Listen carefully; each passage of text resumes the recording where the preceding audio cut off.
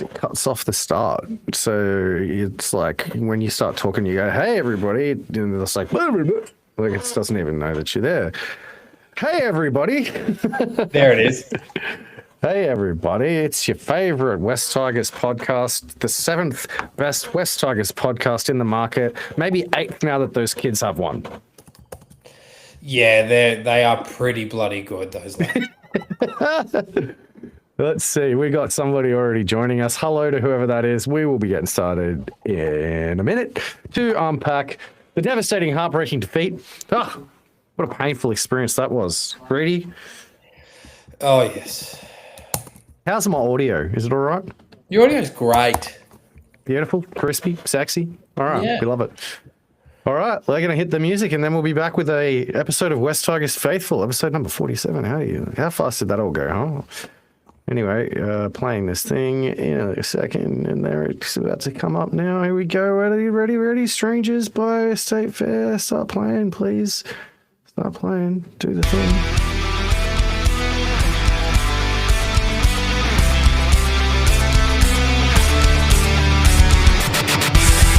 We're only strangers till we realize life is temporary. An illusion we must fight. Open up your eyes. We're gonna be alright. West Tigers Faithful, episode 47. I am with you on this Tuesday afternoon. It is 5 o'clock, 5:01 actually. It's the 26th of August. And I sit here and I sit here reading the obituary of the West Tigers season for 2025, albeit a few months earlier than the last few seasons. But Later. we'll talk about that later. Joe McCord, how are you? How's Joe McCord? I'm good. This whole season has been a season of growth for the West Tigers and for Joe.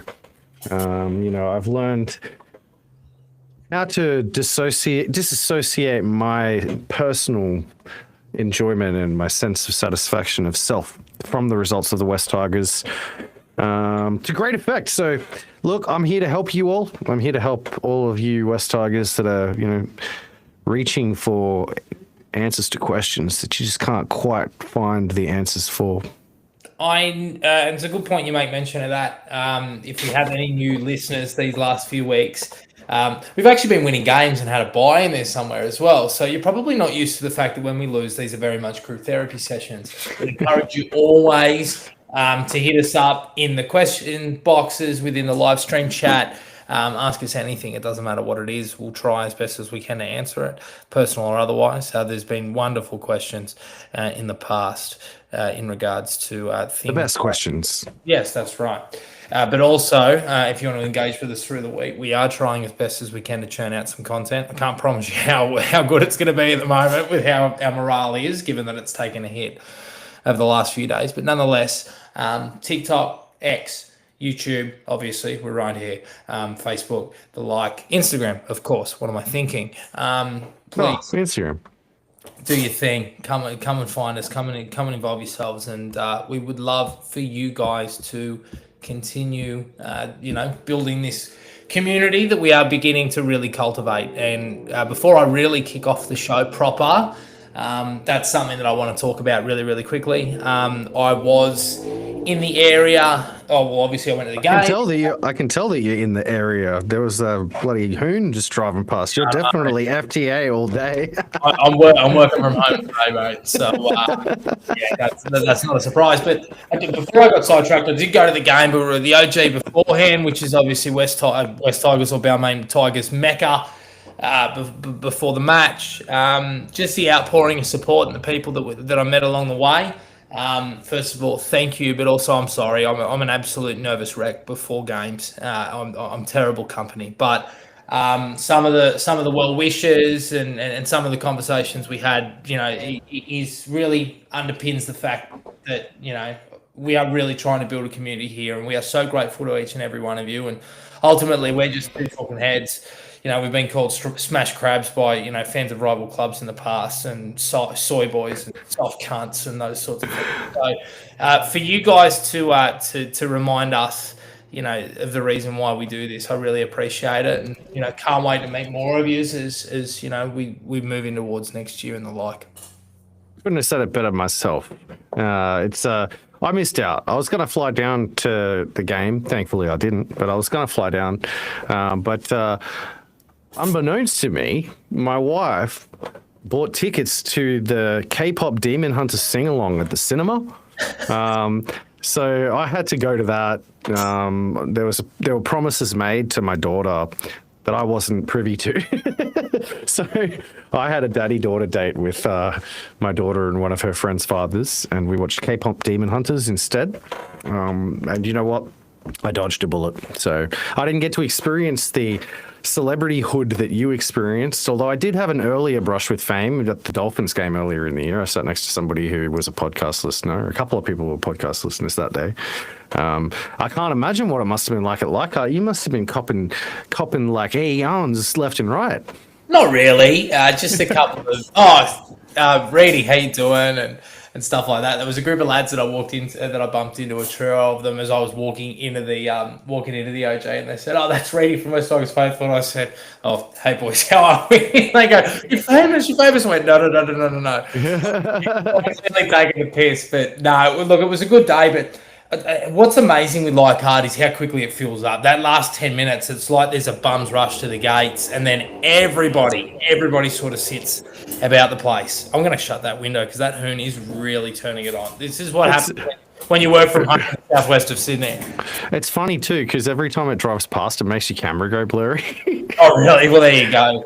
Like I can't work out where he is. I actually live in a cul-de-sac, but I am close to the bypass. But nonetheless, really thankful for all of that. So I reckon, Mac, next year we should G up when you come down to Sydney, and hopefully we can get like a Saturday 3:00 or a Saturday 5:30. I reckon we do a social event beforehand somewhere. G it up, book a table somewhere, see if we can get some few people in and see what happens.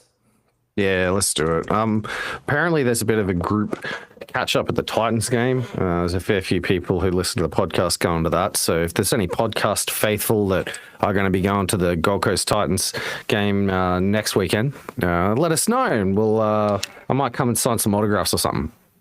There you have it.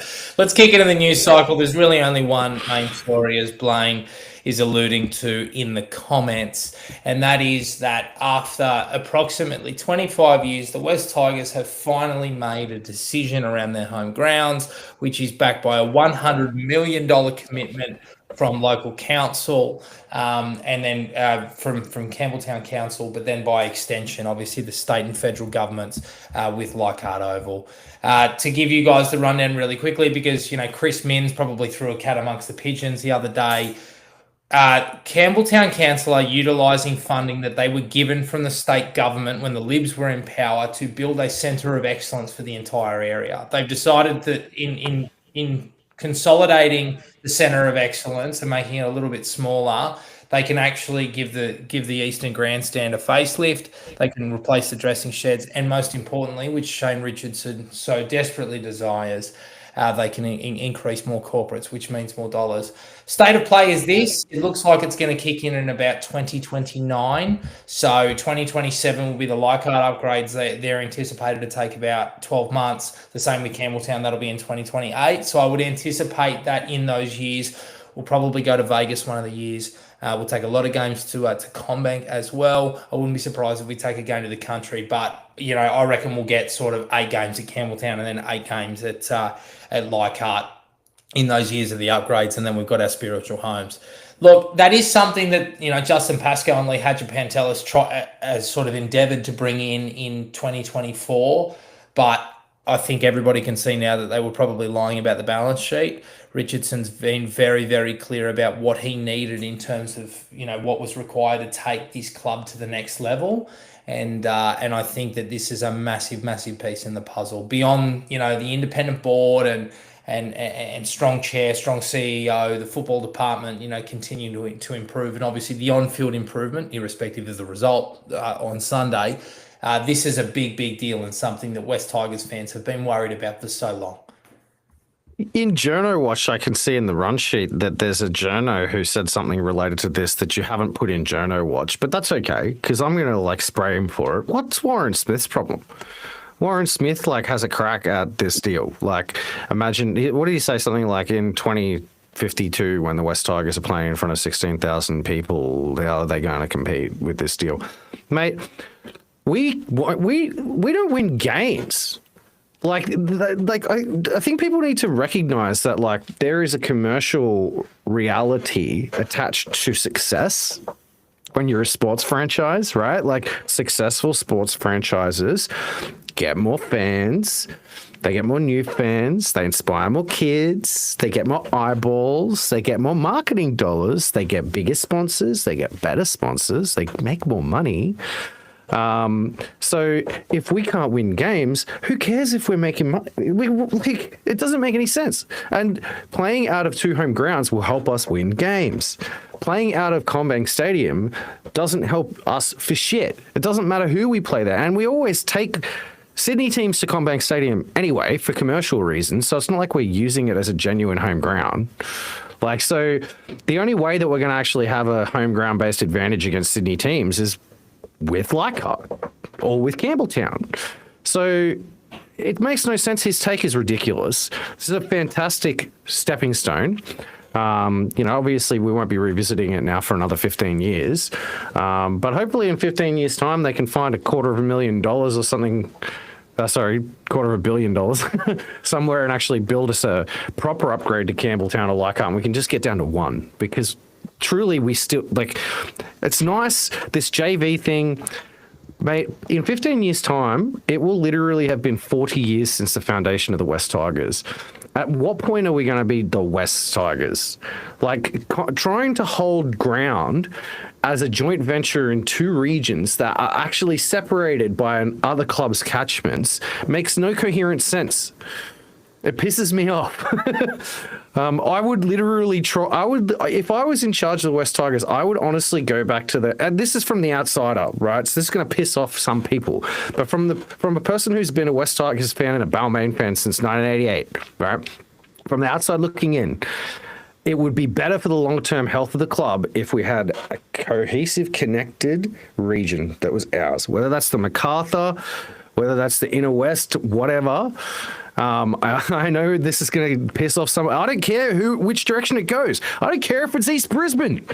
We need a region specifically and a venue in that region. I understand traditional values and all of this sort of shit, but Balmain doesn't exist as a franchise anymore. And I'm Balmain side of the JV. You've got me looking at Google Maps trying to work out, because they talked about Inner West and Southwest, the corridor, but obviously like Liverpool and Cabramatta have always been like it's like that geographical point in the US where there's like 5 points and like every single state can lay claim to it. It's like that with Parramatta, the Dogs, and Penrith.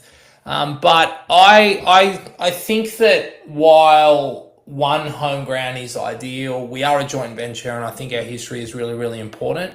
What I would like to see us do, and look, the Bulldogs aren't a joint merger, but I like what they do with the back to Belmore games. I would like to see us, stand on our own 2 feet from a revenue perspective, and then therefore say goodbye to Magic Round, and then have, hypothetically, 2 to 4 games at Leichhardt, and then the rest at Campbelltown, where you've got 20,000 seated, you've probably got another 10 to 15,000 standing, and as the team continues to win and strengthens its bond with the Southwest, you really turn that into this fortress that it's meant to be. Now, I know there's going to be people that are going to be disappointed with that, but I think that's probably the best case scenario. And then obviously having the centre of excellence still based, at Concord and being a presence in that region with the handful of games at Leichhardt, I think that makes a lot of sense from my perspective. But regardless, I think we're sort of, talking about something that's going to happen within 15 years, and we'll be on West Tigers Faithful episode 700. Bro, by the time that this deal's over, the majority of the people who were who are fans of the West Tigers that started as fans of the Magpies or the Balmain Tigers will literally be dead. True. They will literally, the majority of them will be. I'll be 53, bro. Like, mate, I'm only counting till 62 for granted. So I'll be pretty, like, you know what I mean? At a certain point, like, you got to take away the argument of like, especially what doesn't make sense is they're always trying to make the commercial argument. They're trying to make these logical arguments like we need to go to Combank and Allianz because it's for the commercial best interest of the club. But then when it comes to the ground strategy, they always talk about, no, the traditional values are what's best. We need to be able to like observe the traditions. Like if it was in their commercial best interest to not observe the traditions, they wouldn't observe the traditions. The only reason that they continue to actually pretend like they, as a group, observe the traditions is because there's still commercial vested interests and there's still people inside of the group who would go bananas if they did anything about it. It's just human like relationships. In 15 years, that's not going to be there. All those Balmain people in that boardroom are going to be fucking, like, you know, hopefully on the other side of the pearly gates.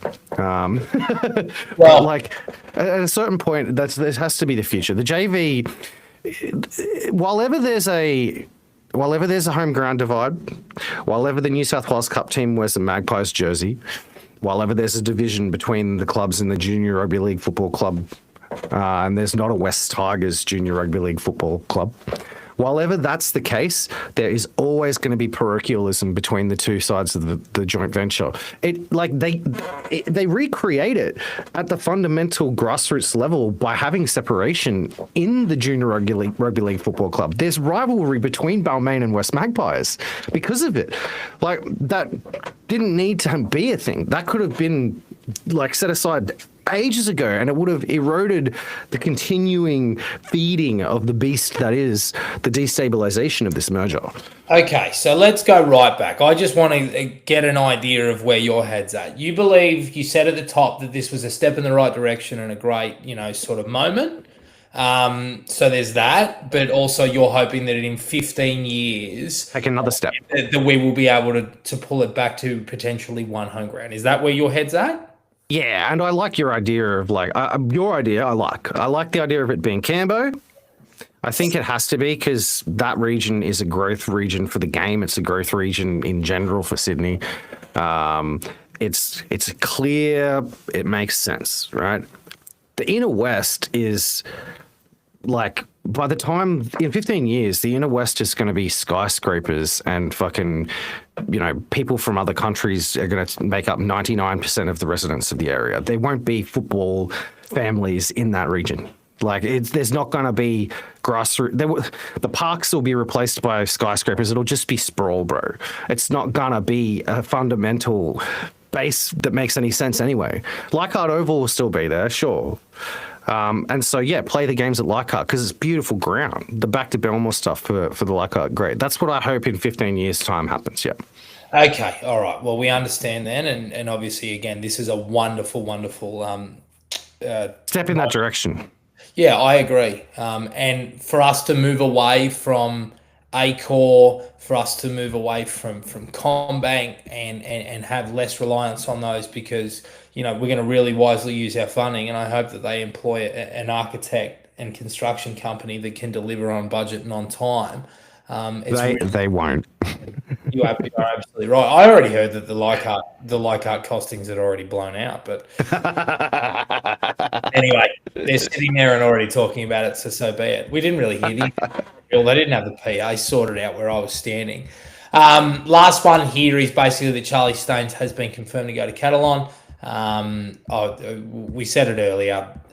We wish obviously Charlie the best, and you know, tried his guts out, you know, every single week, and you know, to the point where he actually tore his bowel. But you know, he can hold his head high. He's wow. His efforts, you know, have, you know, typified what Benji Marshall and this new era of West Tigers is all about. All effort, all the time, even if, you know, you aren't the guy. Vale, Forbes, Fiat. Farewell. All right. You spoke about Journo Watch with Warren Smith. That was a great point. Honestly, I didn't throw him on the run sheet because I did, like, he's a commentator and he's a Tigers fan, and it's actually a really good point that you raised. That ultimately, tribalism is more important. And I would much rather 16,000 in a pack like Hard Oval than 16,000 in a fucking soulless A course. So, at the end of the day, corporates are important, but 2 points is even more important. And crowds can really play a crucial role in delivering that 2 points. And, it didn't happen last week, but our record at Leichhardt in recent years has been phenomenal. I'll also add, Jarrod, please, if I may, the idea that corporate revenue streams for football clubs has to be driven by sponsorship and has to be driven by game day packages and Right. corporate events and stuff like that is aged thinking. It is not how to make money in the 21st century. The internet is how to make money in the 21st century. The West Tigers are the best positioned club to capitalize on online revenue because we generate the most clicks and we have the best players who understand how to leverage it. And we also have the most podcasts per team. Yes. So that's a call to sponsors. Look, I just want to talk about. Look, I think that 2 out of 3 of those, these rants, I've spoken about the Gold Coast Titans, and this week is going to be no different. I'm actually going to defend Des Hasler. Obviously, a champion of the game and a guy that revolutionised the way that teams attacked. Through the early 2010s with what he did with the Bulldogs. I think he did some amazing things with Manly, and his legacy would have been cemented even further in the pantheon of greats had he not run into a side that was millions of dollars over the cap. But and for that, I think he deserves a certain level of respect, and he did not get that from one Travis Main. I actually had a run-in with Travis, and when I say run-in, I actually told him that he was barely qualified to write an article, let alone pick up a pen, because he said about 4 years ago that the Tigers should be kicked out of the comp. Now, I don't necessarily have a bone to pick with Travis, but I think that in terms of the respect or lack thereof that Travis showed Des on the weekend was a little bit poor. The fact of the matter is this: if David Fifita is contracted until the end of 2026 and has not been given formal permission to negotiate, then what Des said he was well within his rights to say. That was completely understandable and warranted. He was allowed to play a straight bat. I don't think it was necessarily a cop-out. And then for him to turn around and start talking about the fact that there were more Warriors fans than Titans fans at the game, come on, Travis. Let's be realistic here. The West Tigers have played out at Campbelltown, which they continue to lose at. They have not engaged with that area for a very, very well until Shane Richardson walked through the building, but they still managed to get decent crowds. So if anything, that's on the club, whether it be the board, the CEO, the membership staff, and everybody in between to really pull their weight there. And yeah, I just thought it was a little bit disappointing to see, the complete lack of respect from Travis towards Des in that moment. But alas, I don't think we're going to see very many more Des Hasler press conferences anymore.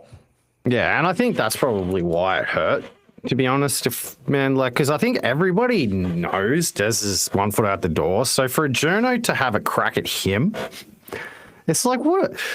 Like, mate, call up the owners of the team, because Des is not making any decisions about David Fifita's contract status, not making any decisions about Tino Fa'asuamaleaui's contract status. And as you see, the next day Josh Hannay was announced. So I think, I can't imagine that journo didn't know that. Or didn't at least think of that. So all that leaves me to believe is that he was just trying to make himself look cool. That's what it comes across like. He was just trying to get some notoriety points and big note himself. Steve Maskell made a point though on X, sort of in Travis's defense, and I don't want to come across like I'm defending the guy because my opinion is that he was being a wiener. No, I think you've got a really good viewpoint here, and you really made me think about this. So please continue. Yeah, so I think that Steve's point was that the fan reaction to that was a little bit conditioned based on the fact that we're so used to journos in the NRL fraternity asking coaches like not very pointed questions, and coaches intimidating journalists a lot.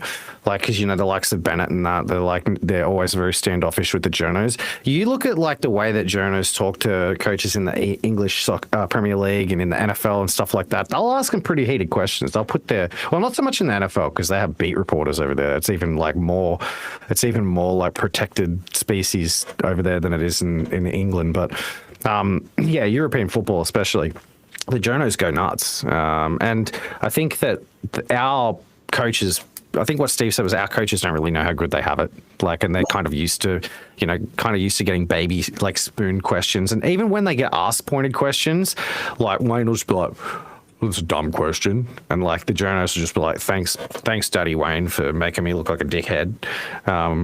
So, you know, I think what we did kind of see there was a journo kind of doing his job. I think he could have probably chosen a more reasonable moment to kind of make a journo doing his job kind of point, right? Like that particular situation was just the wrong man to attack at the wrong time. Hey, like there's some NRL coaches right now who need scrutiny. Like there's some coaches of very, very good teams that have had pretty bad years this year that need some scrutiny. You know, there's like some teams at the bottom of the ladder that, you know, I think their coaches are not really copping much heat. Benji Marshall cops a shit ton. So it's, I don't know, it's hard to feel that bad. Yeah, I agree. As a Tigers fan, it's one of those things where, you know, you go, okay, well, it's nice to have the blowtorch applied to someone else, but at the same time, yeah, I just thought the method in which he went about it was incorrect. But look, I get what you mean. The David Ornsteins of the world, and you know, these beat reporters in the EPL and the press conferences, they go for 20-30 minutes pre and post match. And you know, I support Newcastle United, and there's a big story going on about our striker who is doing a little bit similar to Lachlan Galvin, wants to leave the club. The difference is that he's refusing to leave. And nearly every second question, pre-match, post-match, is about that situation. If that were to happen, you know, over here, yeah, I think it would be. It would get to a point where people would lose their marbles and tell, the journalists to sort of straighten up. But nonetheless, it makes for interesting viewing, and I'll be disappointed to never see another Des Hasler presser. But we roll on. One thing that I feel like we will probably always watch, because it seems to be written into the stars, are West Tigers losses when all the stars look to be aligning. I'm actually pretty proud of that segue. Look, for all the positives that this match brings and all the green shoots that it has, and we'll talk to them. I just feel really dejected. Look, I said it at the top of the year. I didn't think we were a chance of making the 8. We said at the halfway mark that we were on track for about an 11th or 12th place finish. I think that's probably going to be the case, given what the statistics were saying. But when there's life, there's hope, and there was plenty of it. And after Brent Naden scored under the sticks, there was hope galore until there wasn't. A Jake Clifford kick, which went 70 or 80 metres, pinned us down. Latu Fainu unfortunately dropped the ball and was sent up the tunnel for a HIA. There was no cohesion and no understanding of each other on that right edge. Cowboys go bang, bang, bang, and we lose by 4 points. Mac, how do you sum up how you're feeling? I feel like very different to how I felt after the game. So let me ask myself a different question. How did I feel after the game? I felt like this. Let the record show. It looks like he's in the morgue. I felt like this. I was like, Also, I was like surprised because I honestly thought we were going to score again and set it to golden point until the final whistle. Like I was just like, there's just no way. Like it was like I was just bemused. I was like, there's just no way. There's no way this ends like this, because so as you say, like the stars were aligning, like so much was going right. The Eels thrashed the Roosters, and but then I guess the big omen in the end was the fact that I put up that post on social media with Adam Dewey getting the crown put on his head, and then he got crowned. I don't know if everybody saw, but I put up a social media post where it was like, today the prince becomes the king, and I had like Adam Dewey like with somebody off screen putting a crown on his head. And yeah, and like, you know, it's getting good traction on TikTok and stuff. And then next minute, he gets smashed in the head by Jason Tamalolo, and he ends up with the dent in his exactly where the crown would go. So sorry, Adam. I think it was me. Yeah, and I really feel for Adam, and I feel for the boys. Look, I thought Latu did an amazing job as a fill-in, but losing, you know, Dewey and what he's brought to this team.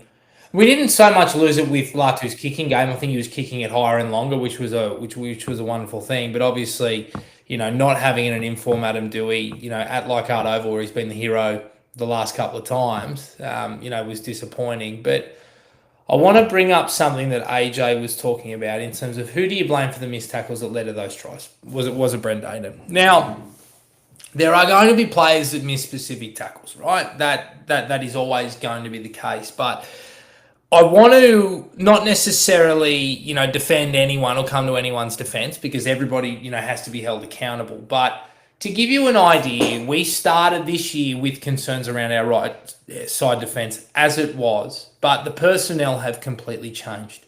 And it started with Lachlan Galvin, Alex Seyfarth, Stafford Toa, and Sania Taruva. Need I remind everybody what has happened with Lachlan Galvin? Nonetheless, he's gone. Alex Seyfarth started the year off reasonably well, but as time has gone on, has sort of, you know, made it clear to the coaching staff that he's better suited off the bench. As a result, you know, he was moved to the Pine, and they've experimented with Tony Sukar and then eventually Sione Fainu. At right centre, Stafford's had his injury troubles, particularly in the last couple of months, and Tito has been moved from the right edge to the left, so that way we can build on his combination with Taylor May. And, you know, I'm not going to sit here and say, oh, you know, that was the wrong thing to do because of what happened on Sunday, because, you know, the magic that those two are continuing to create on that left edge is something that, you know, has brought so much joy to us over these past few weeks. But what that does is that when you replace every single player on that edge, it creates a lack of cohesion, a lack of trust, and ultimately points are going to come.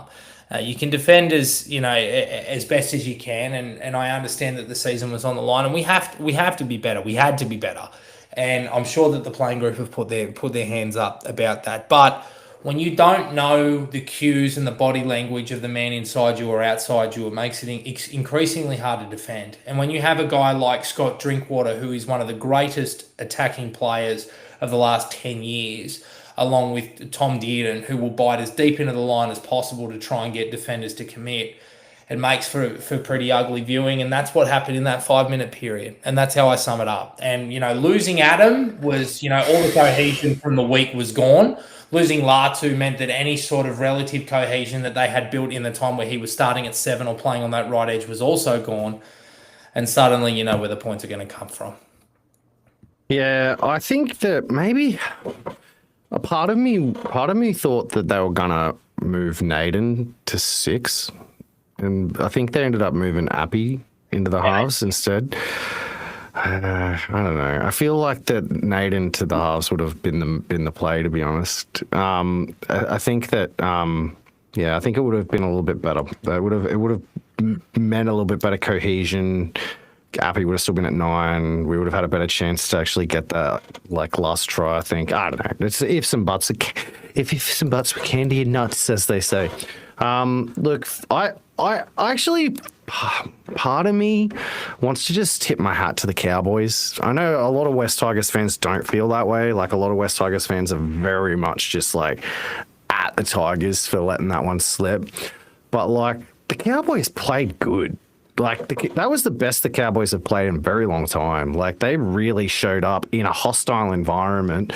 They didn't play as good as us outside that 5-minute period. Like we definitely were the better team for the majority of the game, but they never quit. They kept coming. they didn't beat themselves, and there were many chances for them to quit that game. Like there was with the intensity the Tigers were playing with, and the fact that the Cowboys are not actually in finals contention, it would have been very easy. And I thought it was going to happen multiple points in that game. It would have been very easy for the Cowboys to just go, these guys want it more than us today. And I think that it was about to happen. And then Peyton sent that fucking Jason Taumalolo back out onto the field, and he changed the fucking game again. Not like with not in terms of like he made a huge play, but he just started carrying the ball, get behind me, boys, hitting the collision. And I think that without him, we probably would have run away with that pretty convincingly. Like I feel like if he didn't come back on the field at the exact time that he did, I reckon we probably would have put on another 2-3 tries, and it might have ended up a bit of a flogging. So it's obviously Latu dropping the ball and then the Cowboys scoring those tries and stuff like that. But to me, yeah, I feel like Jason Taumalolo coming back onto the field in that second half was the real difference maker of that game.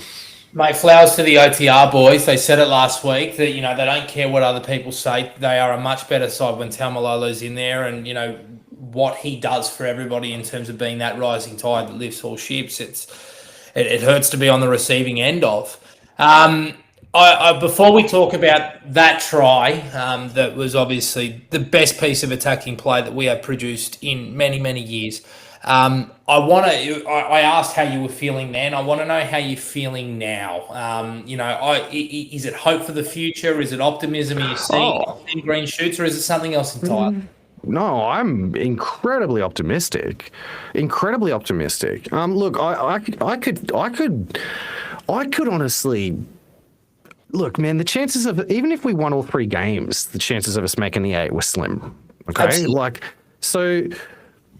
To lose that game, to say that, we missed the 8 because we lost that game, it's bullshit. We missed the 8 because we lost a lot more games than just that game. We missed the 8 because Lachlan Galvin dropped the ball over the line, or earlier in the season when we, in the first round, when we somehow lost to the Newcastle Knights 10-8. There were other games that were much more telling. We missed the 8 because we went on a big losing streak and couldn't really get out of the pit of despair. We missed the 8 because Lachlan Galvin decided to agitate for a release in the middle of the year, and we lost to cohesion, which completely ruined our right edge. We didn't miss the 8 because the Cowboys scored 3 tries in 5 minutes in this game. Okay, that's not why we missed the 8. We were probably going to miss the 8 anyway.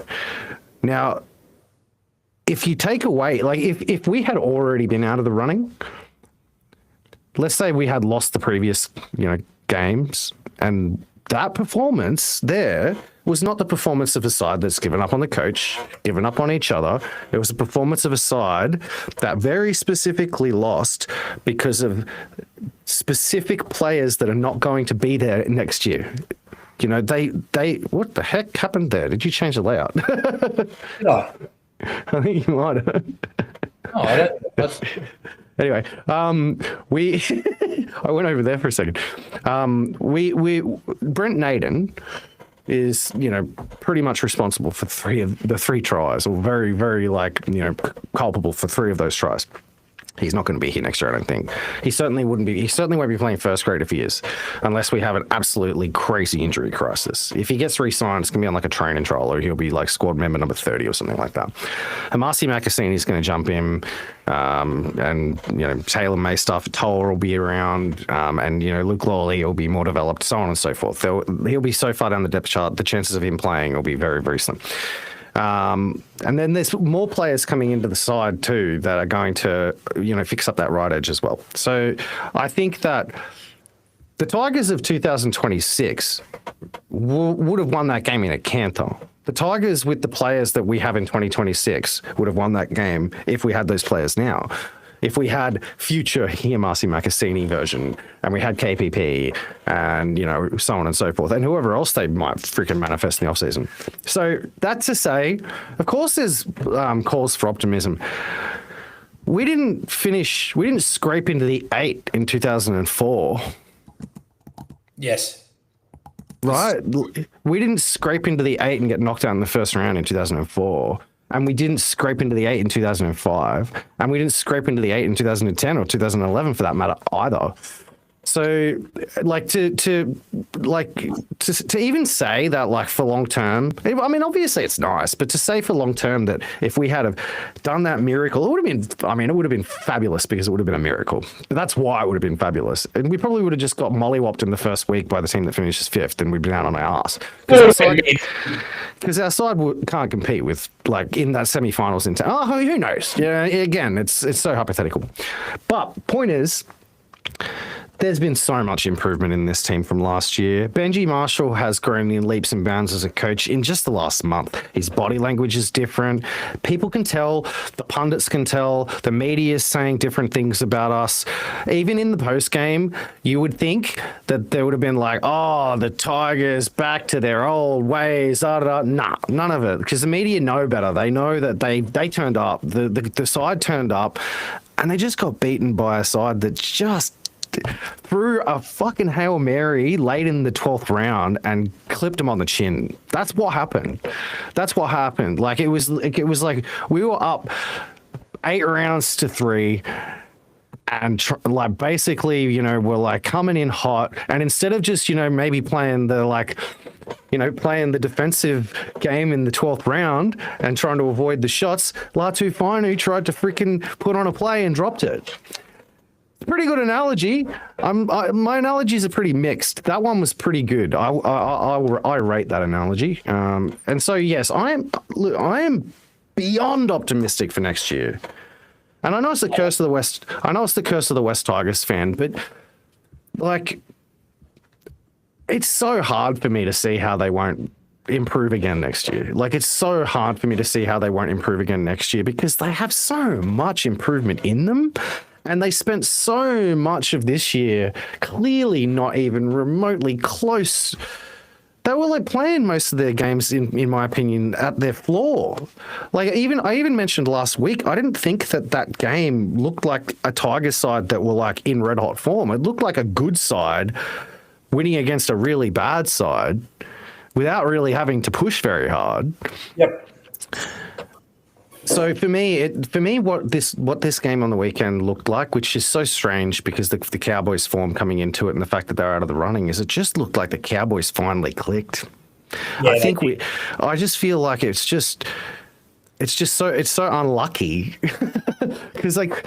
And who knows, man? Maybe it was because it was at Leichhardt. Maybe it was because it was us. Maybe it was because of the 05 team being there. Maybe it was because Todd Payton was their coach. And maybe Todd Payton was just like into him. I know in the post game, Scott Drinkwater was getting interviewed and said that John Bateman like tried to roll the boys up and say it was his GF. Did you know that? No, I didn't. Yeah, Scott Drinkwater, like literally when he was being interviewed by the Matty Johns show people after the game, was just like, yeah, John Bateman was saying this was his grand final, so there was that. He's wrapped. So, I mean, they definitely I think that, and I think they have the bye in the last round too. So I think that the Cowboys were kind of, that one there saves Payton's job. And I think that might have been what the players did. I think that they turned up for Todd Payton, to be honest. I think there's a fair chance. I was hoping that Toddy would throw it, given all the 05 celebrations and whatnot, but not to be. I mean, it would have been good for him though, because I think they had the 05 drinks after the game. He would have rolled in his Cowboys gear, like, "Hey, on boys!" He would have been the man for sure. Look, again, credit to the Cowboys, which hurt. You know, they exploited that right edge, which, you know, was shaky after, you know, 2 injuries in game, but also, you know, a pretty turbulent midpoint of the year. But I completely agree with you, and I revel in your optimism. And I cannot wait to see what this team produces next year. And they are only going to build on it, and stability is going to be our friend next year. And I'm so excited by what they're building. And, you know, that was really typified by that try, which was so uncanny to 05. Such a good try. Oh, as you said on X, follow us if you haven't already. You know, that try deserves so much more. Shades of halftime, you know, 3 minutes away. And, you know, for the work of mainly Tito Taruba, that step where he almost pulled back and then sort of, very, very, how do you say, interestingly sort of jolted across and then, sort of managed to get the ball to Jarrod Buller. It was phenomenal. Phenomenal. Agreed. Are you drinking again? No, this is hop infused sparkling water. Actually, it tastes like beer, but it doesn't make you act like a dickhead. Which actually brings us to today's sponsor, the Non-Alcoholic Club. If you're like me and you've stepped away from booze, you'll know how hard it can be to find something that feels social, fun, and let's be honest, tasty. The Non-Alcoholic Club makes that easy. It's Australia's go-to online store for craft beers, wine, spirits, even hop-infused seltzers, all without the hangover, the regret, or the why did I text my ex at 2 a.m. moment. Reedie knows all about that one. They've got all the best local and international brands curated in one place, delivered straight to your door. So whether you're just cutting back, going sober, or looking for a better alternative on game day, they've got you covered. Hit up the nonalcoholicclub.com, fill your cart with some grown-up drinks that don't make you feel like you're missing out, and start enjoying your nights and your mornings again. That was awesome. I don't know that would happen. Thank you, Non-Alcoholic Club. You absolute legends. Let's preview this game. I stitched him up a little bit with that one. Canberra, 3 p.m., one of the toughest road trips you could ever make. And it's made even harder by the fact that a win here seals the minor premiership for the Canberra Raiders after what has been a phenomenal season for them. Team news, obviously, Adam Doueihi is out with a facial fracture. That means that Latu Fainu will come into the starting 7 jersey after passing his HIA in the shades of full time. Heath Mason then comes onto the bench to be the utility. Other than that, the side is unchanged, but jersey 18 is one Hiamasi Makasini, which is causing a fair amount of chatter both here, as CB is intimating, and elsewhere. I have a question for you, Mac, given to us by the great Jeremy of Mayhem or Stephen Tudden. He said sort of prior to the knowledge of teams, because he asked it at about 3 o'clock, is it more important to get the win and possibly risk Makasini against the Raiders or play Naden to protect Makasini now that we can't make finals? Oh no, we play him. Like there's no protecting this kid. He doesn't need protecting. Like he's a beast. He's a physical beast. He played New South Wales Cup on the weekend and he scored a slashing try. But not only did he score a slashing try, he fucking belts people, dude. He belts grown ass men. I know that the Raiders have good centers. So, they've got some hard running centers in Chris and Tomoko. He'll handle it. He'll handle it just fine. Mate, look, what are you going to protect him from? A potential, freak injury? Are you going to protect him from a flogging and you don't want to, risk his mindset? Mate, he's playing New South Wales Cup. They're getting flogged. This is now that the season's done with, pressure's off from that perspective. Now's a good time to blood him. Give him the Raiders game because it's against the benchmark. It's like into the fire in that sense. Get him to see what the best of the best looks like, and then send him up on the trial match to the Gold Coast that'll be in party mode. And watch him cut sick. No, I'm all for blooding him.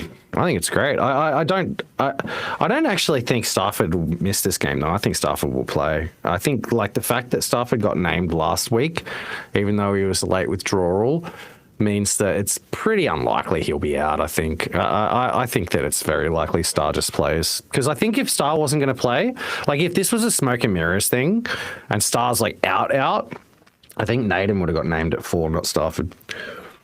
Yeah, I think I tend to agree. But also the stacking of the outside backs like they did last week on the extended bench makes me wonder. I feel as if Christian Mapapalangi has probably fallen down the pecking order after his performance on the weekend, and we'll talk about that a little bit later. But I wouldn't be particularly surprised to see Hiamasi come in. The question is just a matter of where. Benji made, a real... wanted to make a real point of the fact that Marcy is a left side player. Do you move Taylor to the right? Nah, you can't, because Taylor, not right now, because Taylor is the form left center in the NRL and has just really formed a really good combo with Luai on the left. So to me, yeah, and Mapapalangi's a left center too, to be honest. So if you look at the numbers, Naden's the last on the list.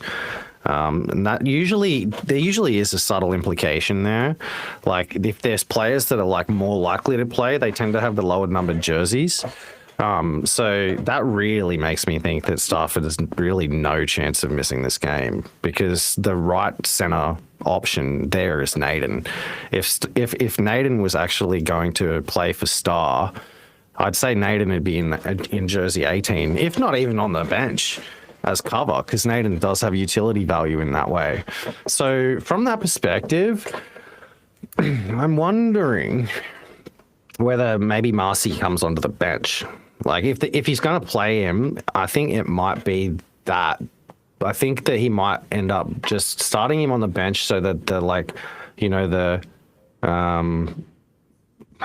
sting gets taken out of the game early, bring him on after 20, 25, maybe even 30 minutes, or maybe even for 30 minutes in the second half even, right? Bring him straight into left center, at which time maybe you just move Taylor May to 13.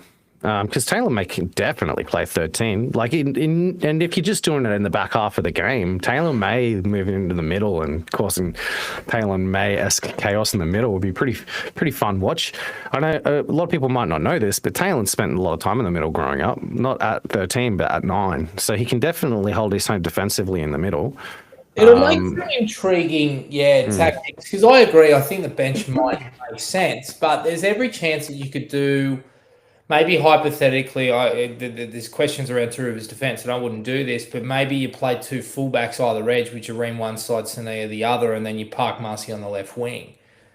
Whether that's a potential option. Look, I'm just sitting here spitballing, and as you say, Stafford may well be a chance. If anybody saw Terrell May's vlog from the week previous, you'd be surprised, but who knows where he's at. I'd prefer that they retire him to the stable and I would rather us just see what Mapapalangi's got and whether or not there's any chance of, sort of giving him a crack, but at the risk of obviously pissing off Marcy. So I think that Mapapalangi would have been, if Mapapalangi's going to play this year, I think this would have been the week that he would have been wearing the number 14 jersey that Mason's named in.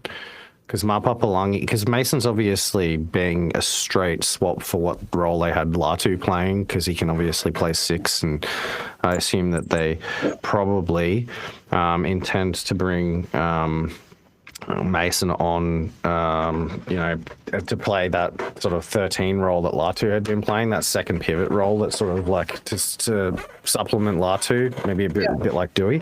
Mapapalangi would have been in the frame for playing that role too. Whereas obviously if it's Marcy, well, Marcy's not a middle. So there's also a chance maybe they just put Marcy straight onto the left wing and move Skelton to the bench, because Skelton could probably cover in the forwards pretty well, I would imagine, as a bench player, especially at this time of the season when you're really looking for answers in the depth chart and kind of seeing what you've got and stuff like that. This would, maybe not be the worst time to give Skelton just 20 minutes in the second half in the back row just to see if he can handle it. And who knows, maybe he folds 2 people and scores a try in the back row, and then suddenly you've got some questions about the offseason, what you're going to do with Jarrod Skelton. So yeah, there's lots to do here. It's a fun game. It's a fun game from an experimental perspective. And look, I hope he picks Marcy, because it'll just make the game so much more watchable and interesting. If we get to game time and Marcy's not in the 17, well, I don't know. I think it would also probably just give the boys a little bit of extra lift too, because I know that the team's very excited to get Marcy into the 17. They've been talking him up. And every time somebody asks any of them a question about him, you can see the look in their eyes. Their mentality changes. It's like, just wait till you see this kid. And you and I have heard rumors about what he was like in the preseason, like absolutely stomping the first graders and stuff like that. Benji's done him a service by holding him out as long as he has. Because if there was ever a kid at the West Tigers that they could have justified going to the NRL to get the under-18s dispensation to play, it would have been him. So I think Benji's showed a lot of patience waiting until now to even give him an extended bench spot. Look, I think he'll give him every chance. I think he'll be, obviously he's in jumper 18, so he's going to be training with the NRL team all week. If he like trains the house down this week and then brains them in the captain's run, how do you not pick him? You'd have to, wouldn't you? Yeah, I think you don't get a choice. So we'll see. Moving on, there's something that I really just mainly want to talk about this game, and I'm really interested to see how the boys respond and perform, because we're hearing a lot of this stuff about wanting to finish as high as we can on the ladder. We're not worried about finals. We're taking it day by day and week by week. We're just trying to get better. Now, if that's true, then we should see a similar performance in regards to application and effort. But whether or not that happens is another thing entirely. I think that there's a fair chance that we might land somewhere in the middle where, we show some fight for probably the first 30 to 35, and then the Raiders really get a bit of a roll on. And then, the scoreline could get a bit ugly, and then we obviously, take home a win against the Titans in the last match. But yeah, I'm really, really curious to see what attitude these boys turn up with. Because if they turn up with the same application and play from minute 1 to minute 80, I'll be really enthused. But as it can happen at this time of year, and it happened to the Dragons on Thursday, sometimes it only takes, your mindset to be a bit off in terms of, we're not playing for postseason anymore, and things can get very, very ugly very, very quickly. Yeah, it definitely could. But it's only happened once this year so far, where the Tigers sort of got blotted twice if you count the Panthers game. And the Panthers game, their effort didn't really waver. They didn't really seem to break. They didn't get broken. They just got really badly beaten by a way better side. And a defensive juggernaut at a time where our attack had yet to quite click. I don't know. This is an interesting one. I think we'll run them close, to be honest. I don't think that this Tigers team are going to be. Put it this way: they've got 2 games left until the off season, and they've only just really found their identity, and they've only just found their form. They're gonna be, just like fans, 2 weeks until we don't get to play a game in anger until bloody March or February. So they've got 2 weeks to have fun. They've got 2 weeks to make the most of this newfound spirit, these newfound combos. Latu Fanu's got 2 weeks now to get the jump on Adam Dewey for the 7 jersey. I know Jerome Luai in that. Jerome Luai and Terrell May will have them all pretty amped up. Jerome Luai is not gonna. He won't stop. He won't quit. That was his best game of the season on the weekend by a country mile. It was. I actually think that might have been the best game I've ever seen him play. Period. Personally, he was wonderful. Absolutely. He is improving with every passing day on that left edge, and in the role that he has grown into in these last few weeks of the season. Look, we spoke about it last time in terms of the blueprint to beat Canberra, and we went close against them. And some would argue that some bounce of the ball calls and the opportunity to have the game over again, we might have done things differently. The only way that I think you beat this side is if you out effort them, and that comes with line speed, kick chase, kick pressure, work from marker, tying in, looking after your man on the inside, all of those different types of things. They're going to have to scramble hard. This is a side with speed and size in the outside backs, with grit and strength through the middle. with flair on their edges and just pure energy and excitement in the spine. They are a massive assignment. They are top of the table for a reason. But the only way that you can beat the best is if you are willing to go that extra mile with those 1%ers, as cliche as it sounds. And that genuinely is the only way they're going to be able to do it. I think that the key to the game is our back row defense. Because I think that if there's players who, they're fresh in terms of week in, week out in our role, their mental is not necessarily up to it, who line up against players that could potentially cause them some serious trouble. It's Sam Weller and Sione Fainu defensively. Sam Weller and Sione Fainu defensively. Also, if Stafford's out, that combo on the right-hand side will be, again, very new, depending on who they bring in, even if it's Nathan again, which I doubt it will be. Ethan Strange running the way he runs, with the back rower outside of him and the center outside of him that he'll have, running on either side of the ball, whichever side it is. I know he prefers the left, but he might pop up on the right. He's going to cause that back row of fits. And it'll be Sione most of the time. Yep. Sione is not used to defending in the back row. His defensive game is not his strength. So I think that, if I was Benji Marshall, I'd be very much drilling defensive reads.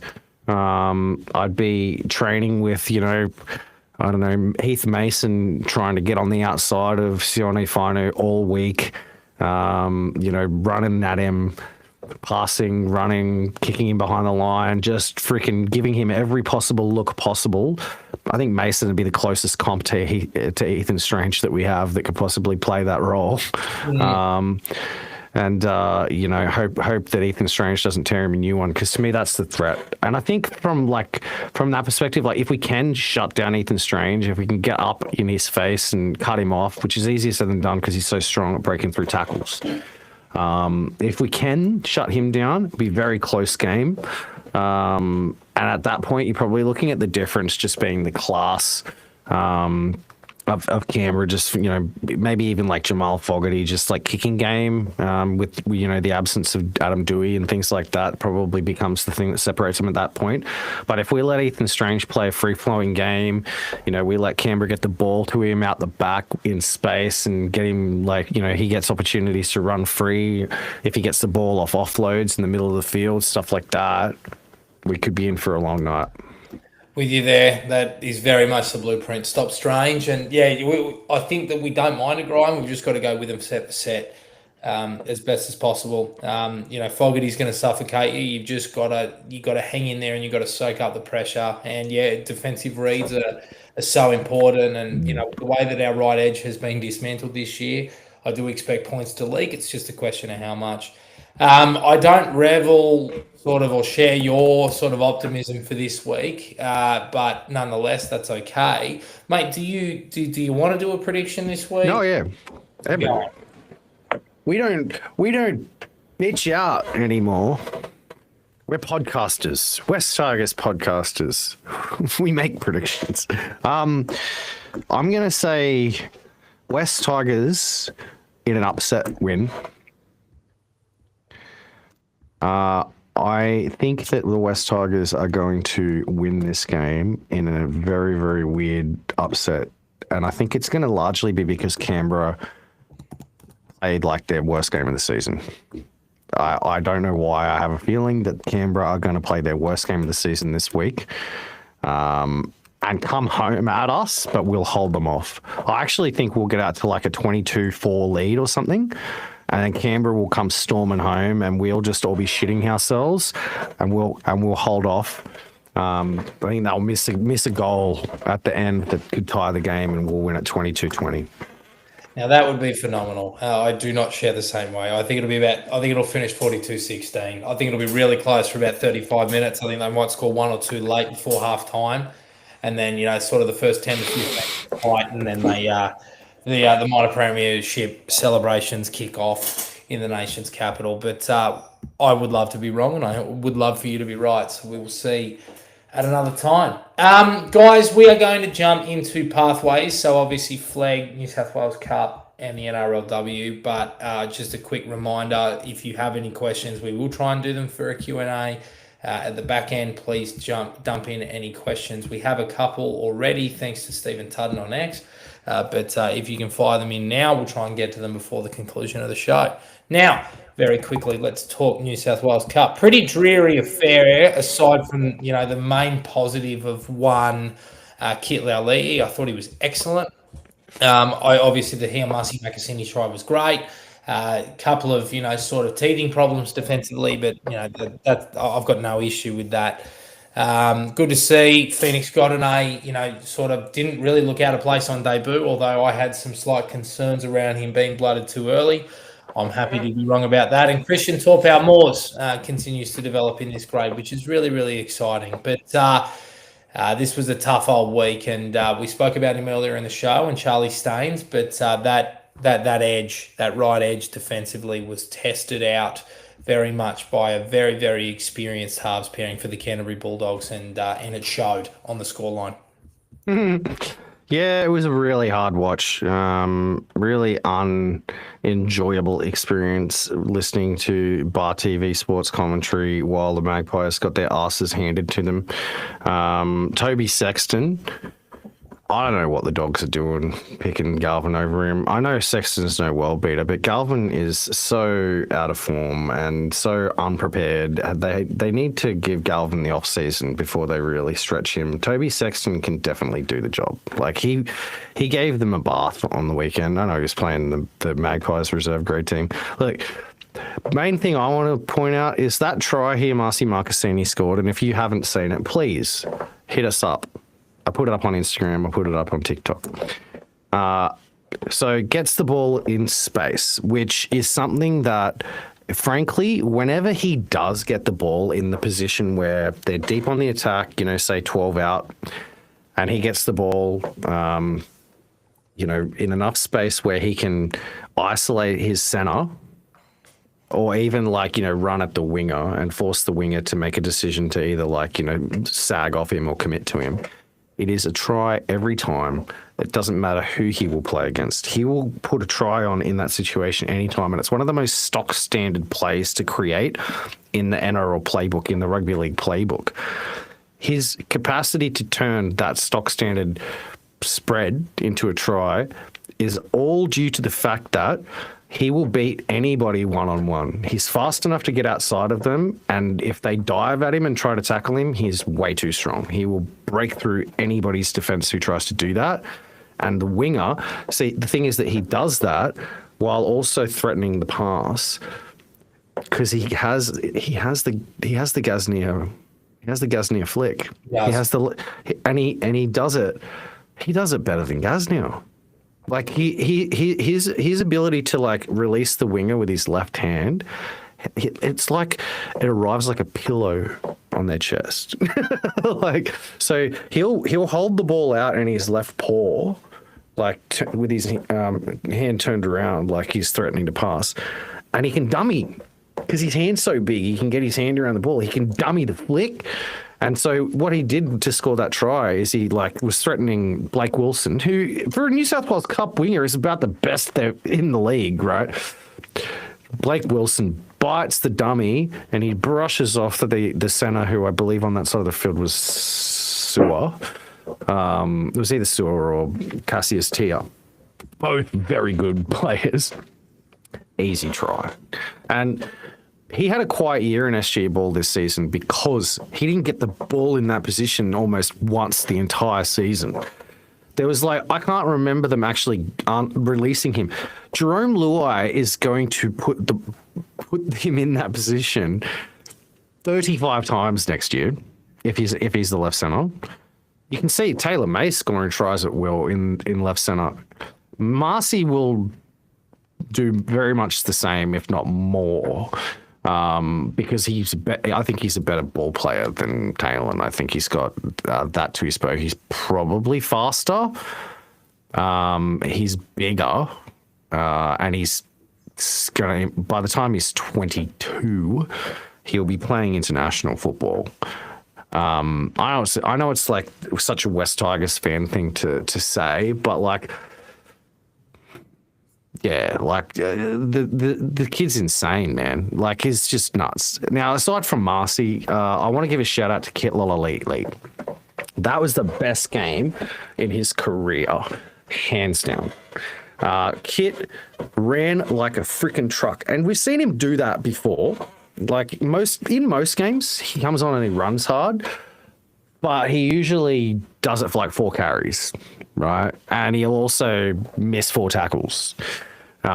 This time he did it for like 9 carries, which for a middle is, pass, get 9 good solid hit ups in for 80 minutes. That's all right. 11 or 12 is better, but you get 9 in, it's okay. 130 meters, I think, off the 9 carries or something.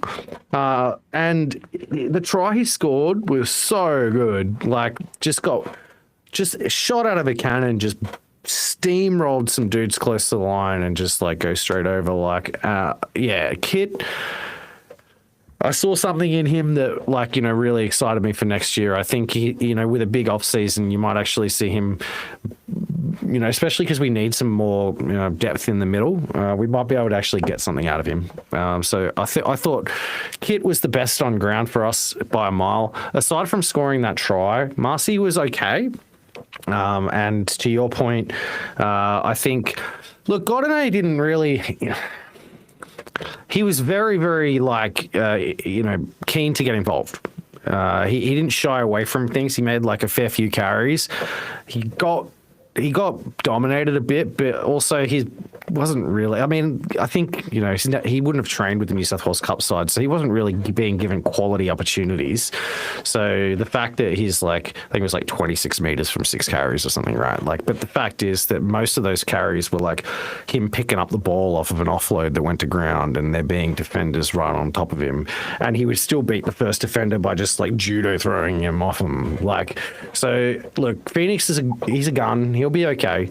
And Christian Tupou-Moore's similar sort of situation for him, except for the fact that at the very end, the one thing I want to report with Christian Tupou-Moore's is for the first time in a long time, I saw a West Tigers middle forward who just seemed like he wanted to fight people. Like, by the end of that game, like, he got pissed off by one of the Bulldogs players, and the look on his face is just like, let's go. Come on, let's go. Like, and we need more forwards like that at the club. He is that guy, bro. He wants that smoke. Yeah, because we got pacifists, we got vegans and fucking crystal mums for forwards. So we need some pods and hard running Kit. And look, Peter Tarte was similar. He ran hard too. When at the start of the game we were pretty competitive. We were going blow for blow with the Bulldogs when Kit and Peter were on the field. They went off. We got flogged. They came back on, sort of stabilised things. That's been the problem in this New South Wales Cup side. Many of the weeks that we've lost. And to be honest, the fact that we see named this week a lot of new faces, a lot of future prospects, a lot of, flag players, a lot of the future development players are just being now just blooded in New South Wales Cup.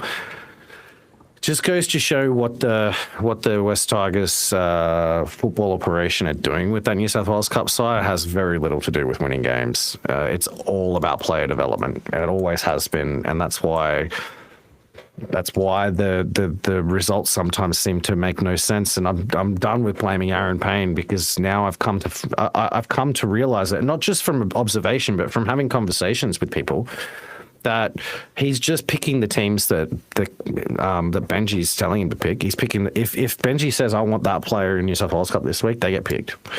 And if he says, I want that guy coming on the field at this time in the game, they come on that field at this time in the game. Aaron Payne doesn't really have that much when you're kind of forced into that situation, it's hard to be blamed for the results. Yeah, I'm with you there, and that is something that we've both learnt as time has gone on. And you mentioned the team list. Luke Lallee is back at fullback this week. Charlie Stones returns to the wing. Marcy Makasini has been named at left centre. Christian Mapapalangi to the right. Brent Naden will return to that side in jersey 6. That means Kit Lallee and Peter Tarteo will remain starting in the front row. Solomon Asakuru will start in the back row, which is super exciting. And then the bench is all Jersey Flegg eligible players: Josesi Lanyon, Phoenix Gordonay, Elijah Matale, and Iverson Matai, which is pretty exciting, I think. And also to have Lachlan Broadalow and Max Tautour on the extended bench. So, as you say, it's all about development. They are very, very much on the development train with these last couple of weeks. So, if watch. There'll be late changes there too. I reckon. I reckon there'll be even more Flegg players playing. Exciting times, and going up against a very, very young and inexperienced cup side that the Roosters have as well, with the exception of guys like Chad Townsend, Pauga, and Junior Tupou, is going to be a really, really exciting test for those boys. So bring that on. Flegg, they actually went 7 tries each. There was a flurry at the back end. There was 3 tries in the last 5 minutes. In another really, really interesting game played out against the Canterbury Bulldogs in this grade. Admittedly, I didn't see heaps of this one, mate. So if you can enlighten us. Yeah, I didn't either, dude, if I'm being honest. I switched it off after, I think after Bronson Rubin scored his second try. So I missed 5 of the Tigers' tries. Yeah, wow.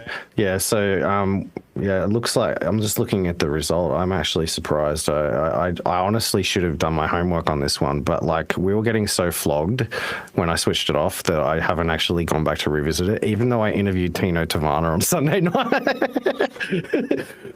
Oops.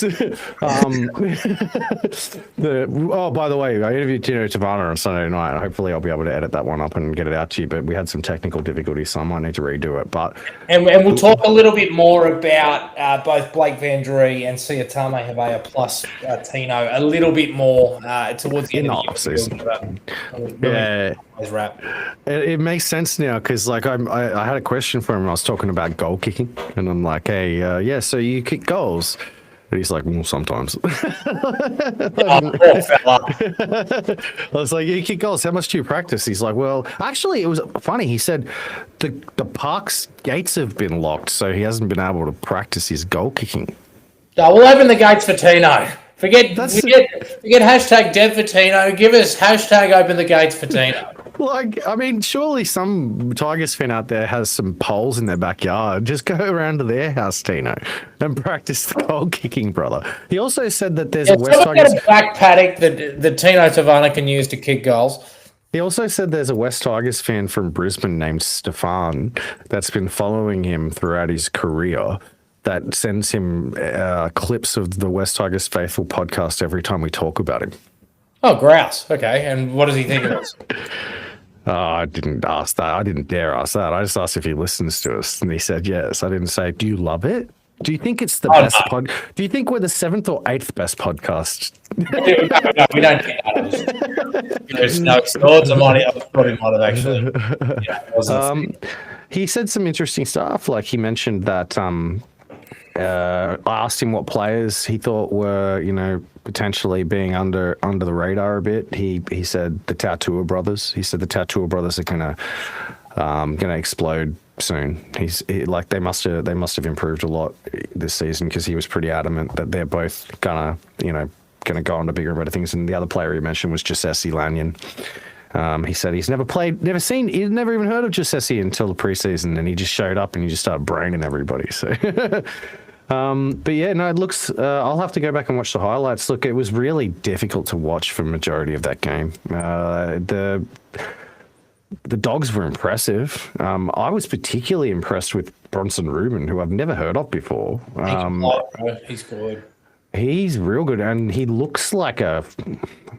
For the boys on the Discord, you'll like this one. How I sometimes, when I used to drink, I used to pull up all the players' faces and just like predict whether they were going to be good based on their head ratings. Bronson Rubin's he's got an immortal head. He looks like a young Joey Johns sort of head on him. So yeah, keep an eye out for that kid. He's pretty good. I think he was playing 6 if I remember correctly, but. Yeah, no, wasn't much to write home about. NRLW, 30-day loss. They got pumped. We got Ruby Fafita debut. Congratulations, Ruby Fafita. little sister of JoJo. Ah, there you go. Yeah, she got signed from the same carnival knockout comp in the lead up to the Magic round that we signed Portia Burke. So yeah, so Ruby's come in as injury cover for one of our forwards that's gone down, and to be honest, she was probably our best player. And to top it off, she backed up from the women's premiership game the day before. She played the women's, and she's a middle. So she played the women's premiership game the day before, made her NRLW debut the next day, and she was good. She was real good. Congratulations. Yeah, good signing for the NRLW side. Cowboys far too good though. And look, I think that there's just I don't know, the NRLW side. There's without Lutu. I really need to get an update on Lutu's status because she's been out for a few weeks now. But without Lutu, Faith Manera does almost all the kicking. And Faith Manera's, she can kick the ball. When she drops the ball onto her foot, it go and ball go like she knows how to kick it, but it's pretty much it's where it sort of starts and ends. Like she just kick it straight to the fullback, and like it's just there's no threat to it. And even though we've got those great middles and we often get to the 50, like we'll make good meters coming out of our own end and get down to the 50 and sometimes into the other team's half. At the end of the clearing kick or the bomb, it just goes like 20 meters up in the air and they catch it on the 30 and then they come back to the 40 and it's like, yeah. And to be honest, that was kind of honestly the knock on Lutu herself too. She's not the best kicker in that sense either. So yeah. And I know it's NRLW, but that's really what separates the good sides from one of the things that separates the good sides from the bad. You look at the Broncos, they've got Briganshaw who can like huck the ball, and she's like real good tactical kicker. Southwell at the Knights, obviously the Roosters have, good halves that can kick the ball. Because it's so easy in the NRLW, like if you kick the ball into like down the iron end and you trap them on their 2 meter line, right?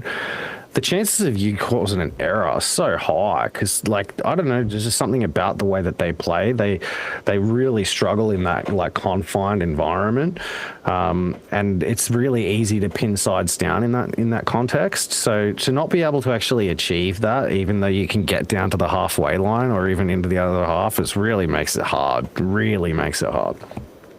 Absolutely. Well, look. Another week without Lozana. Good luck to the girls against Canberra this weekend. I think it's 11th plays 12th. You never know. Well, we'll find They did win New South Wales Women's Premiership, by the way. They did win. They were the only side in the... We went from getting the feature to having them be the only side that won a game. So. Oh, well, good on the girls. How good's that? Okay. All right. Well, mate, we are pretty much at the end. I only have 2 questions from what I can see beyond what Blaine has asked. I'll go there first. With Muskie and the team next year, do you see us finally putting kicks to the corner for our outside backs to actually contest aerially? It seems like it's just not what we do, hey? Like, it's like...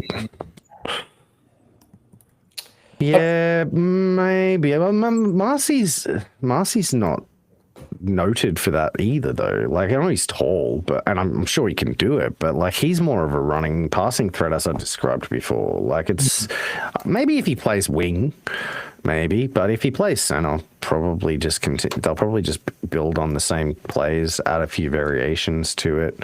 Yeah, it's weird. It is weird, isn't it? Like, it's always a higher percentage play to just do that, because if you contest the ball, it's very easy for the other team to just spill it. It dribbles around, somebody comes through and scores. So like, it's as far as like the percentages of achieving a good outcome, it's always a solid play if you can just literally drop it on the head of the winger and have your winger compete for it. It doesn't matter if it's Taruva or it doesn't matter who it is. So it's weird that we don't. It's a good question. I think they will. He's an aerial target. That'll be something they bring into it. But yeah, I agree with you for the most part. It doesn't really seem like it's something we do. But hey, attacking evolution is never a bad thing. And if they can continue to evolve it, and that's the next stage of the evolution, then I won't be complaining as time goes on. Next question comes from Stephen Tudden again on X. In the 2026 depth chart with all the new second row recruits, where do you see Seafarth, Roberts, Murray, and Geyer all playing? I think that the starting back row will be Sam Welafainu and Kai Pearce-Paul. I think that everybody sort of agrees with that. And after that, I actually kind of have a feeling that it's pretty open slather. So I wouldn't be surprised if Geyer starts on the bench in round one. Me personally, I've looked at Geyer enough, both watched him play New South Wales Cup and also looked into the stats, the KPIs, and I'm not convinced that he's not a better player than Alex Seafarth, Tony Sukar. I think Charlie Murray may be higher on the depth chart now than Sukar, especially now that he'll be in the dev side, so we'll be able to pick him from round one. Yeah, I think that from Seafarth to Sukar to Murray to even Roberts, because he'll be on dev, even Sakuru, because he'll be in the top 30, I think it'll be a pretty wide open competition in the off-season for whoever wants to make their case the strongest. And if I was the West Tigers, it'd be all based on tackling. Like that's because I mean, and if Sakuru can be as effective in defense as Alex Seafarth and Sukar, the jersey's his, because he's definitely far and away the best attacking threat of all of them in terms of his potential. Yeah, I completely agree. For me, myself, just looking at it, I think that Geyer is the best chance of taking Seafarth's 17 jersey, but I do agree with you. I'm not necessarily sold on him. Ethan Roberts is the great white hope, can play middle, can play edge, very good pedigree, but I don't think that he's a guy that will make a massive impression in pre-season to really force his way into the 17. Towards the end of the year, quite possibly, or springboarding into 2027, fair chance, but I'm not too sure. Charlie Murray will be an interesting one. He'll get sort of pushed down the depth chart a little bit, similar to what happened with Fatape between last year and this year. But I don't think he's competing with those boys. I think that jersey 14 may well be Charlie's spot, feeling between 13 and 9. But where he ends up, I'm not too sure. He'll start at 13, obviously, in the New South Wales Cup side, but I'm hopeful that with some additional middle forward depth, that we definitely build up that part of the depth chart. So that's it. Well, the other one is Sione. Obviously, he's been moved to the back row at the moment, what appears to be out of necessity, but he's playing good. But I tend to think we kind of need him in the middle. So it's like, yeah, there's a question about Sione. Maybe they just train Sione in two roles, and just like play him as like a bench sub that can kind of fit either option. Good, yeah. In terms of Sukar, to me, is somebody who I'd be surprised to see play much first grade next year. To be honest, it's Alex that's the question mark. I think that if you see Alex, and I think I might have even said this in the preseason this year, if you see Alex Seafarth kind of like starting back row or even on the bench for the majority of the season, it's probably not a good sign about our prospects, in all honesty. And it's just because Alex Seafarth's the sort of player that at a good club, you would only see him playing games if there was injuries, in my opinion. So if he's high enough on the depth chart that he's just a week in, week out proposition without injuries, it's a pretty bad sign for our competitiveness, I think. And I think that also applies to, players like maybe even like Skelton. So yeah, it definitely applies to guys like Sukar, Heath Mason and Murray. Like, they're players that you shouldn't be seeing playing week in, week out, I don't believe. I'm with you there, mate. Well, I think we're pretty much done, pending your quote-unquote quantum take. Have you got one for us this week? Yeah, I mean, I always have a bit of a quantum take. So My quantum take this week is probably well. Let me tell you a bit more of a quantum story. So, for those who are wrestling fans, there was a this is not footy related. So if you don't want to listen to me talk weird shit, just leave. Just leave. Right. So, in the US over the last couple of days, there was a really unfortunate situation that happened with a guy by the name of Raja Jackson and Psycho Stu. Did you hear about this story, Jarrod? Sorry, it was all over X. Yeah. So Raja Jackson is the son of Quinton Rampage Jackson. Quinton Rampage Jackson, former UFC light heavyweight champion, and he's obviously a troubled fella. And he spends a lot of time on social media on a platform called Kick, which is a very toxic platform where basically content creators just have toxic fans who like talk shit in the chat and they just roll around the streets just doing stupid shit. And generally most of the content creators on Kick are like some of those content creators that give the rest of us a bad name. So Raja Jackson was attending, probably, I think he must have been invited as like a special guest or something. Some friends there to this like pro wrestling event. And because he was recording, the wrestler Psycho Stu mistook him for a worker. He thought he was a wrestler. And Psycho Stu started like doing a little bit of like a promo cutting with him. And Raja got real upset about it and started like staunching him, and he thought he was playing into it. So he smashes him in the head with a can, a prop can that like exploded and like the beer came out of the top of it. And then Raja gets real pissed off, but shakes his hand, and I thought it was a workman. I'm so sorry. Shakes his hand, very apologetic. And Raja seems to accept his apology. Goes away for half an hour stewing over it. And then, like, the promoters of the show or the wrestlers backstage or whatever were all apologetic to him. Like, hey, we'll do a little, like, segment later in the show where you can jump in and you can, like, get your receipt on him. You can, like, pick him up, drop him, and throw some punches at him, and it'll be fun. And, you know, we'll make it a program. What do you think? And he's like, great. And he gets on Kick live.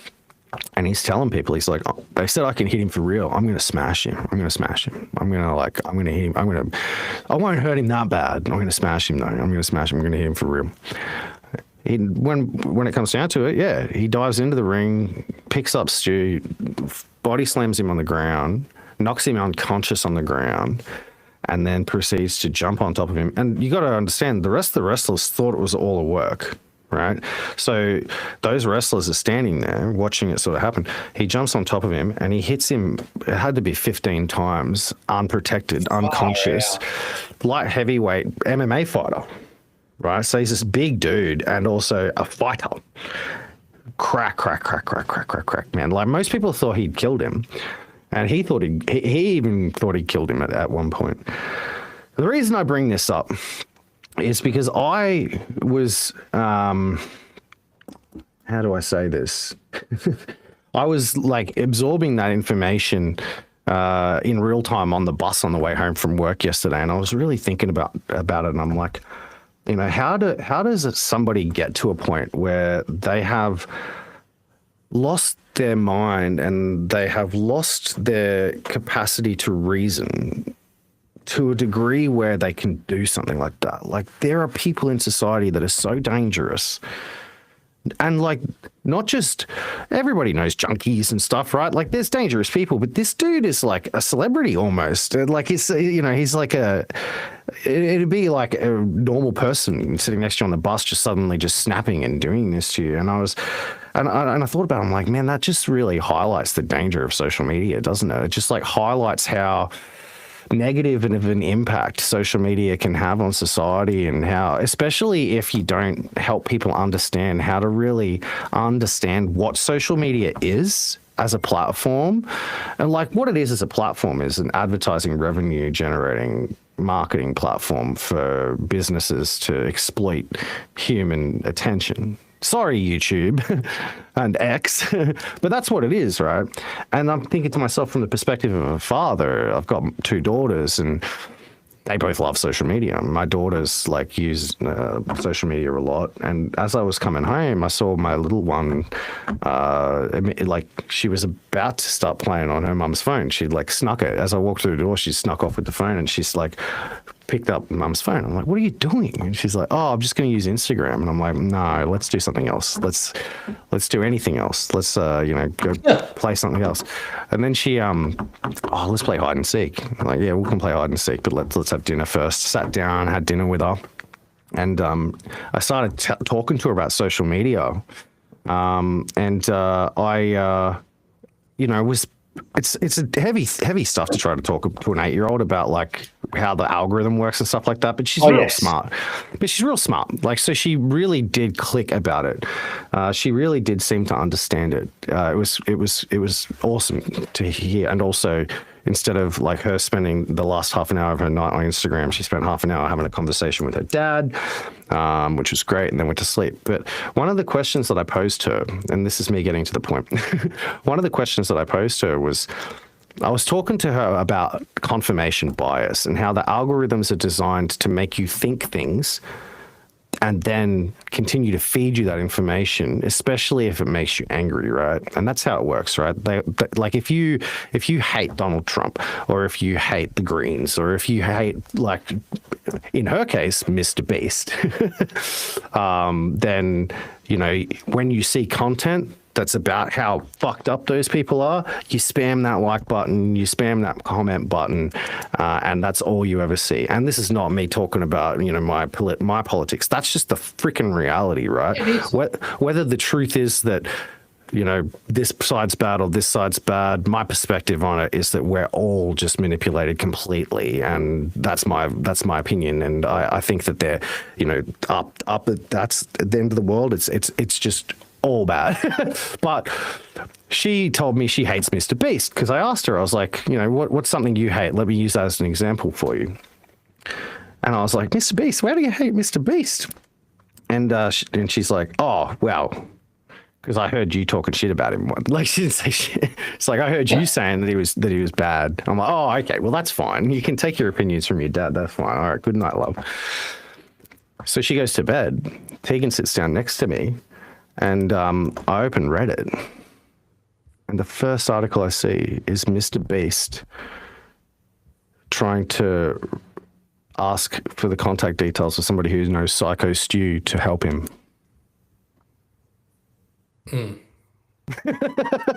Like, the first thing I see, Mr. Beast reaches out to try to find Psycho Stew help, and then Mr. Beast ended up sharing his GoFundMe and stuff like that. And I was just like, Tegan, what the fuck? Like, Tegan, my partner, I was like, what is that? Like, what?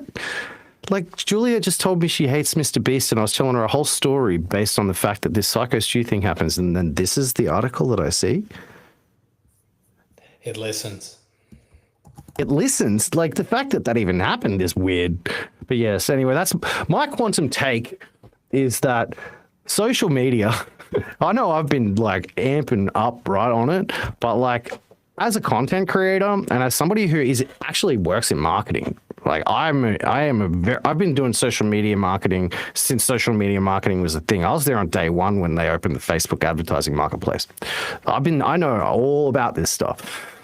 We have obligations to really help people understand how this shit works, because, like, frankly, it's napalm for the masses. It's terrible, but it's not terrible if you know how it works. It's not terrible if you can see through it. It's not terrible if you actually think, why am I receiving this information?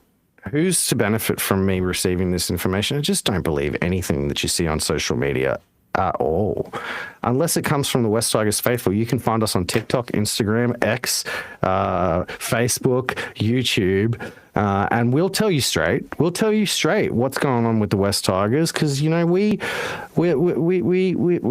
what we're talking about here at West Tigers faithful family. We trust that you trust our judgment, and we appreciate your fandom and your faith. And you know what? Stay faithful, because I think good things are coming for the West Tigers. Indeed, mate. Roll the credits. Yeah, it takes a little while for me to find the button to click.